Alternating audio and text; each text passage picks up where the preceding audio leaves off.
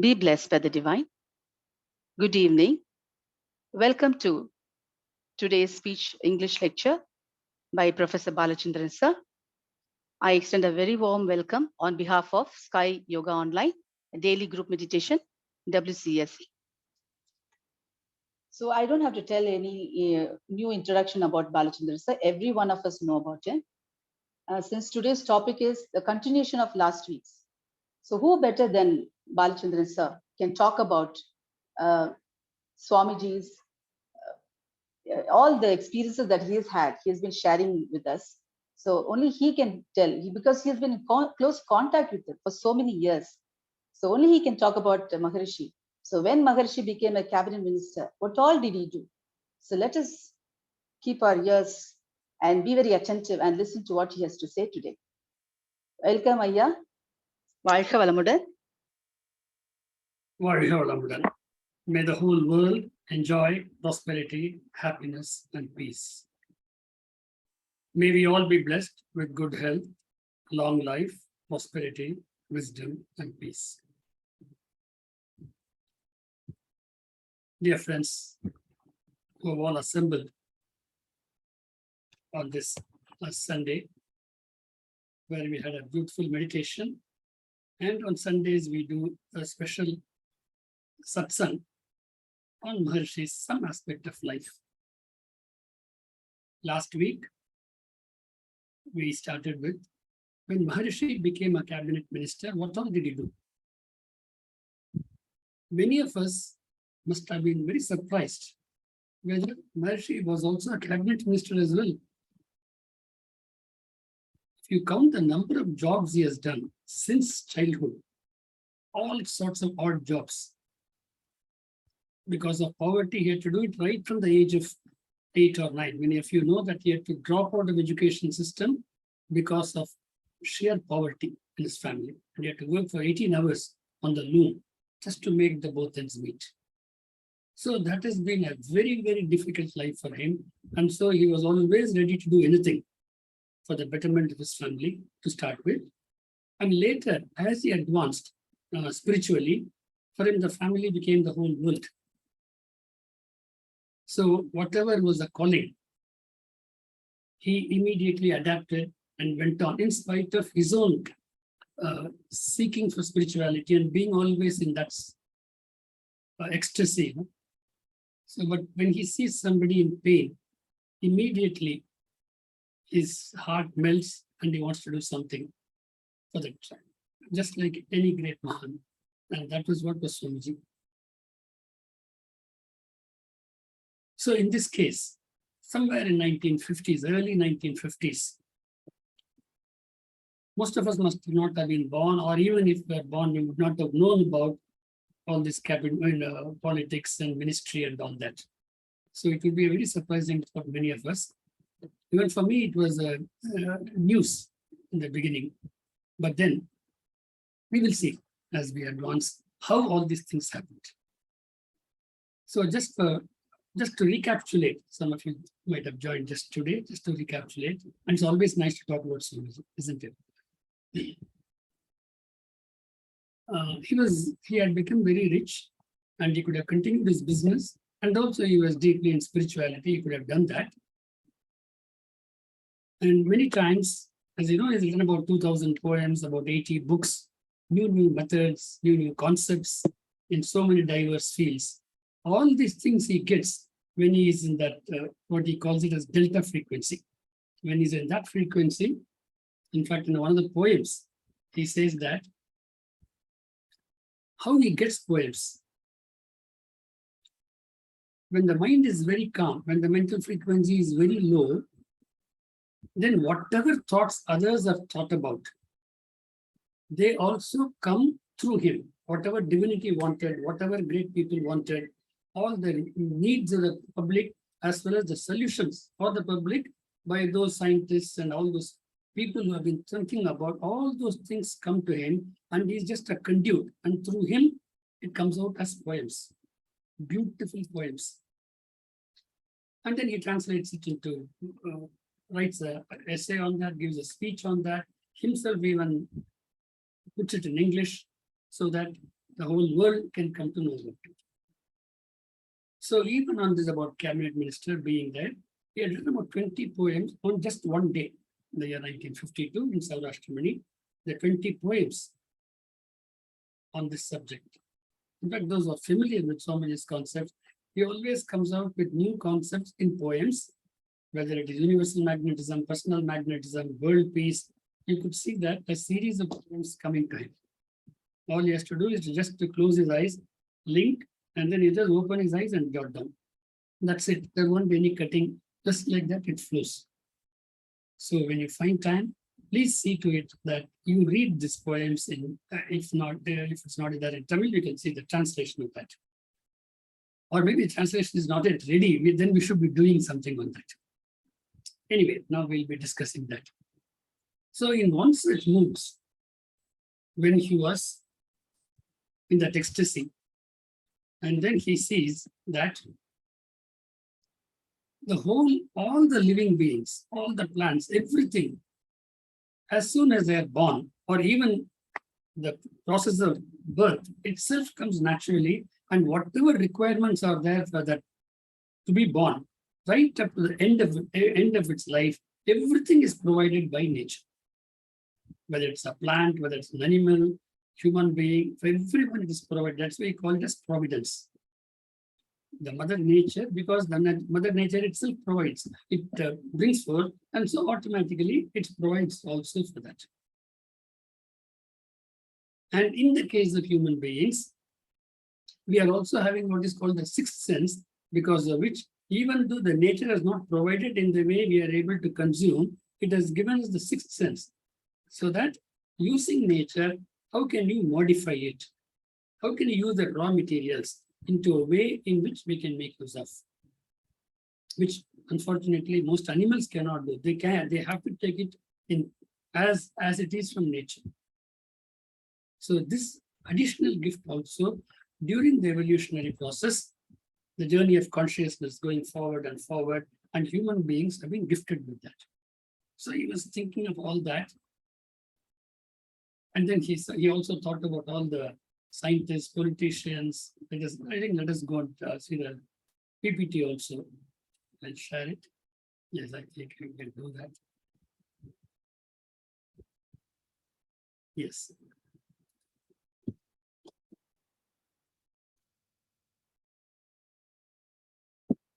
The comforts gifted by our ancestors. If today we are enjoying all this, it is because of the work of thousands and thousands of great masters over thousands and thousands of years. All the human beings who have lived before, they've all made some contribution for us to get this knowledge, is it not? So he is thanking all those people. So that is why he always talks about what's called duty, due to society. We are constantly indebted to society because every moment we are getting it from the society, and also all the labors of the society so far were left. And then it is also be grateful to nature, because nature is constantly providing us. In fact, nature is providing us so that we can be fully happy, because the nature itself has bloomed, and it blooms fully in the form of human beings. Maharishi used to say that human being is the latest flower in the garden of divinity. So much of blooming is possible in our lives, in every human being's life. But what is happening in reality? Most of us are saddened for something or other. We are not having harmony. We are not having relationship with others properly. Even within ourselves, we are not happy. So is it something wrong with the divinity? Maharishi says no. There's no mistake in the divinity at all. It is just that we don't know how to live properly. The art of living is not there. The science of living is not there. We learn so many things in education, but we have not been told how to live properly. And that is where Maharishi comes in with this human excellence program of Manavalakkalai, or yoga for modern age. For the present age, how we can lead such a beautiful life. Not one of us, each one of us, the billions of us can do that. So on the one hand, he is in ecstasy, thinking about the nature and what society has given. At the same time, he is pained by all the problems we are going through. So this is the Tamil movie, SKYYOGAONLINE, talking about some people are crying, some people are laughing, but I am doing both. So it's something like that. So he was in that mood.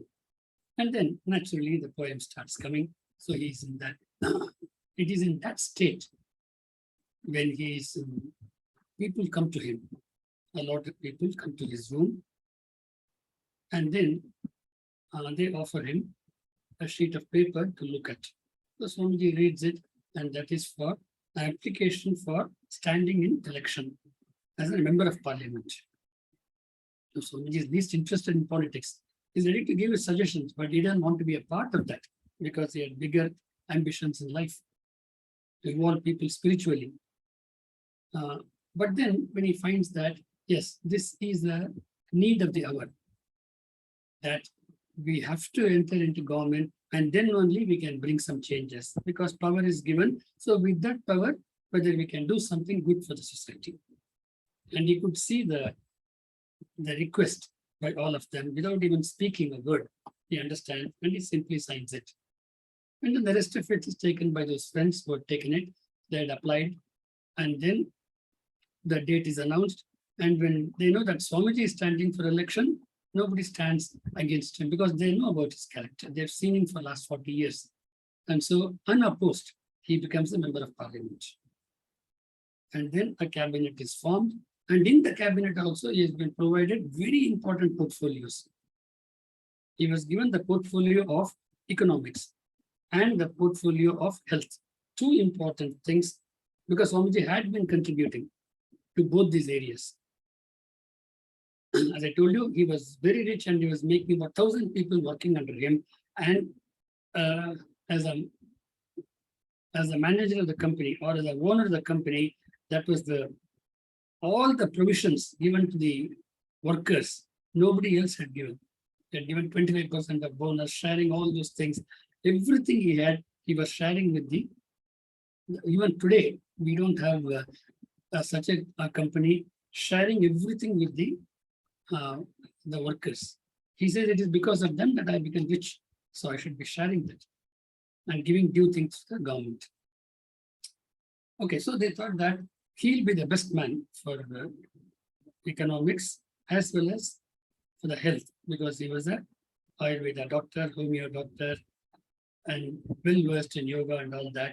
So they thought that he will be the best person to deal with it. So a cabinet ministry, 12 ministers of cabinet was formed. And they all wanted to do something for the country. But then they found that, yes, before that, this one, strength of thought force. So he says just by thought, the thought, you see, it can expand beyond the universe, it can contract also. So that is the power of the thought. Unfortunately, we are not using our thought properly. So how to make your thought your friend, your guide, instead of being your enemy. That is what is Manavalakkalai. Mano Samriddhikala. How to make your mind very powerful and strong. So he says that how I'm getting so many ideas, so the mind can expand so much. And also all the needs of the people and solutions also coming to him.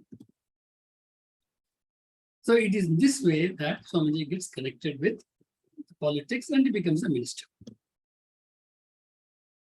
But this new cabinet, hardly about 5 years after independence, early 50s.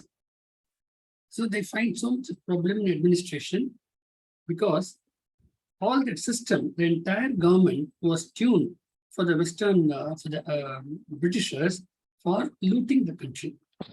Isn't it? And keeping our people subservient as slaves. So the administration was geared only to that.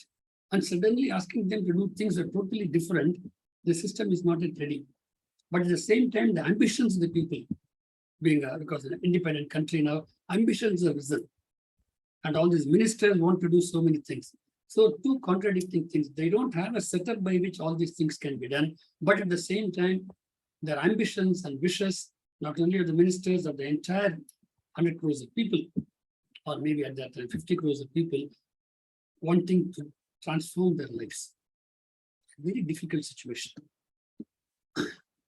So they wanted that the experience of all people, maybe in the field of religion, maybe in the field of politics, maybe in the field of science, people who become rich and the industrialists, all sorts of people, intellectuals. So they wrote it in newspapers saying that all ideas are welcome. You can tell the problems, you can give the solutions. We will take all of them into consideration and then work out a beautiful plan for the betterment of the country. So it goes on like that. And they found that diverse types of letters, some finding fault to the government, some criticizing it, some giving beautiful ideas, some ideas which are not implicable, cannot be implemented at all. All sorts of things are coming up.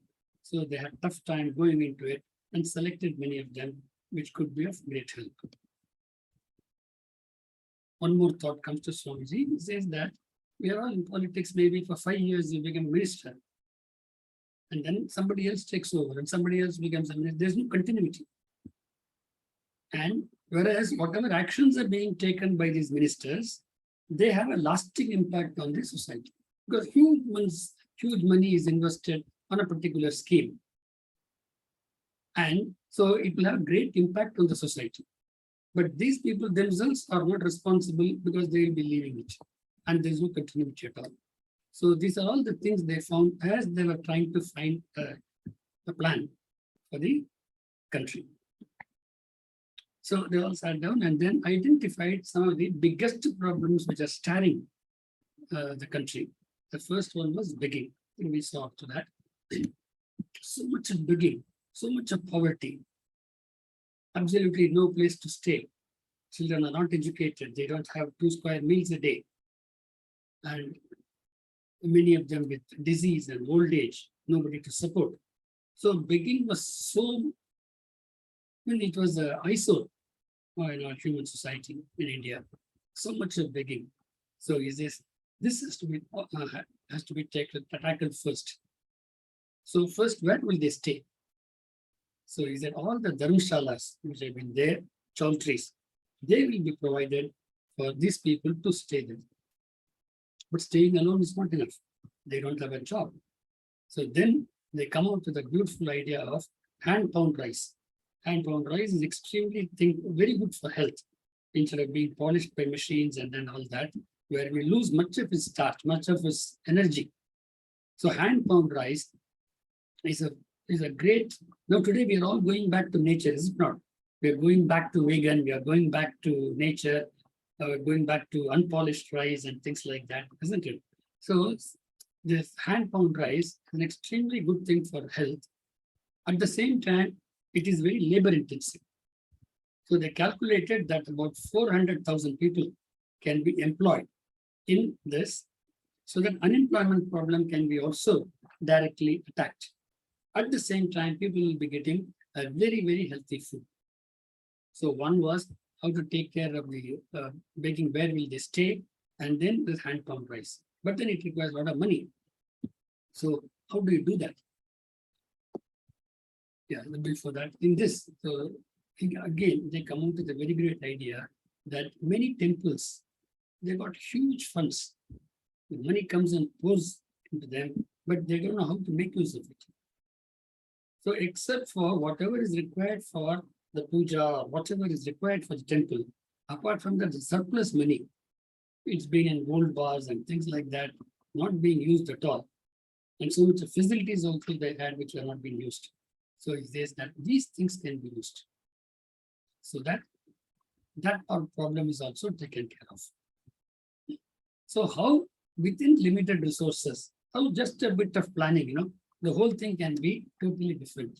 That is why the people who are actually planning at the highest level, they should have that commitment, they should have that awareness, they should have that, that broad-mindedness, experience, everything is required. So it is only such scholars who should be running the government. But what is it happening today? Swamiji comes out with, or the cabinet meetings, they come out with a solution for that also later. We'll be discussing about that. Next one, public utilities. Even today in India, we see that the public utilities are so badly maintained, no water, and with so much of slums everywhere, they don't have a place to go for toilet. And if public utilities also not, so much of disease comes just because of that. Very dirty, very annoying, no water there, no proper cleaning going on. So again, putting people on work to see that adequate water is provided, and then adequate facilities are provided, and also to be funded by rich people. The rich people are approached and asked that this is such a noble cause. There will be people who will be volunteering, rich people will be volunteering to see that public utilities are made very hygienic, clean. And again, another very beautiful idea they come out with is those who are in voluntary organizations like our spiritual organizations. No, not only they should be teaching meditation and other things, they should also be a part of transforming the society in a very, very real way. There's a basic need. So they could all be monitoring whether the work is going on properly or not, whether the adequate water is there, whether necessary facilities are provided for people to clean it, whether they're doing it properly. So these people can be utilized for that purpose. So directly removing some of the basic needs, only then people will come for think of other things. Unless the basic needs are met, basic facilities are provided, man cannot think beyond that. Food, water, shelter, hygienic, public utilities, all those things are basic needs. So voluntary organizations, spiritual organizations can do a great job in that. Then people will be turning to spirituality. Again, a wonderful idea. How many organizations are doing it? Even today, it is not being done, but Swamiji has been thinking about it for more 50, 60 years. I think this is what has to be taken to governments, has to go to the public to bring awareness. There are schemes already available if we can only just put our minds to implement it. In one of the poems, Swamiji talks about, we don't have to go to moon now. We don't have to go to Mars. That is not a priority in our life now. WHO reports, UNO reports, you see that even now, millions of people now are not having enough food or enough of these facilities. Should the money be directed to that or to go to Mars and other things? Priorities need to be changing. As Swamiji says, nature has provided for us. We are not properly distributing it. That's all. Or we are killing each other and using it for arms, nuclear armaments. Is it required? So that is where a change of thought. To make people realize the truth is a great job. All of us will have to take it to more and more people. Then it becomes really a world community service center. Then, because he has been provided with economics, isn't it, as a portfolio. Again, today we talk about communism or capitalism, and we are not very clear what is right and what is wrong. The present set of capitalism has its own problems. People earning billions and billions of rupees. At the same time, there are people who don't have jobs, who don't have enough to eat. So can it have a really a beautiful society, a harmonious society? But at the same time, if individuals are working hard, if they don't get promotions, then also creativity will be lost.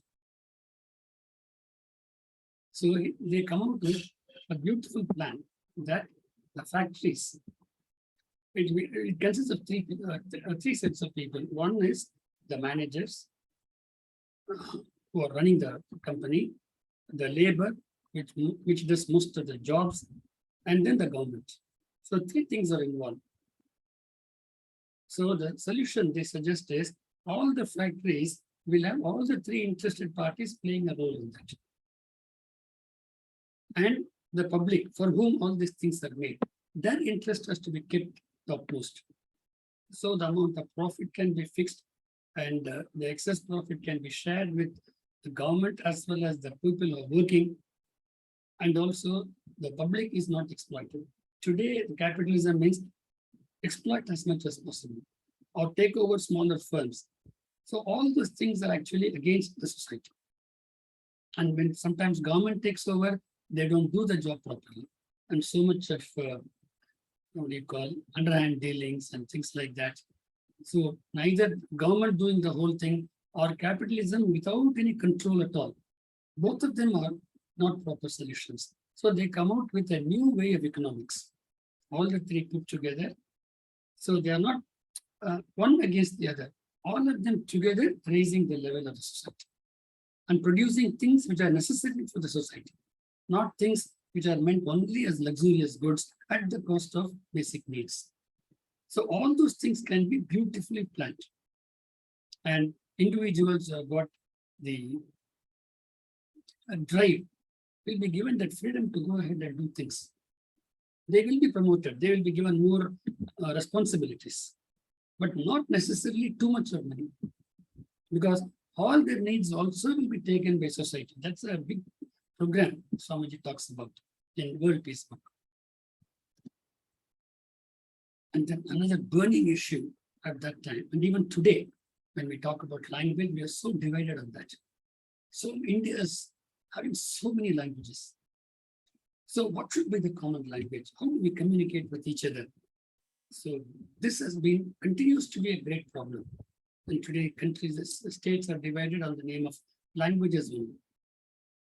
But even today we see that even in states with the same language also, they're undergoing further subdivisions because we don't have the feeling of oneness as a countryman or as a as a world citizen. So this also was discussed hotly by the cabinet, and they come out with this solution that in each state, the study, the government will be, the education will be in the state language. And for the entire country, for communication and for education, that language through which they can even communicate to the whole world. So, for example, English, that if it is known to all the Indians, and also then we are able to communicate to the whole world also. So read in your own mother tongue or the state language, and at the same time, you are able to travel all around India because a common spoken language is there, learn language of English, and also you are able to communicate to the whole world. Today, that is why, because people have studied in English, we find that all over the world, whether it's America, whether anywhere, we find that Indians are there doing a great job. So in this way, language issue can be tackled.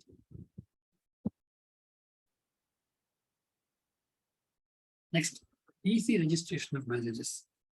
So when we talk about the society, one of the main problems we have is about marriages. The amount of expenditure, a country where most of the people are poor, the amount of expenditure they do on marriages is phenomenal. Even the female infanticide, that is when a child is born, many people even kill the child. Because so much of burden is on the parents of the child, of the female child. Educate them properly, and then in the name of marriage, how much money is spent is it required? But they come out with, again, a beautiful solution. Somebody talks about only 3 things which are important in marriage. We have so many unnecessary rituals, but what is most needed in a marriage? One is the boy and the girl should love each other, should know each other, should be compatible. Second, the parents of both the bride and the bridegroom. So they should be informed and they should be ready for this harmony, because they've taken so much trouble of bringing out the children, and so they're the most interested parties. And third, that this boy and this girl will be man and wife, should be known to the society. So how do you do that? That is why we have a huge marriage and invitations are sent and all that. But he says all those things are not required. registration of marriages. He says they can go to the post office and register, and with 5 people as witnesses, that is enough. So all that required in the marriage, that the boy and the girl should have harmony, the parents should be accepting to it, and then the society should be informed that these are they are going to they are the couple, legal couple. That is all is required. So they come up with another beautiful program like this. I think we have many more schemes, which within a very, very short time they come about. But right now, today, because of lack of time, maybe we'll continue this once more and see what more schemes they have come out with. Maybe next week we already have a program by somebody from USA will be talking.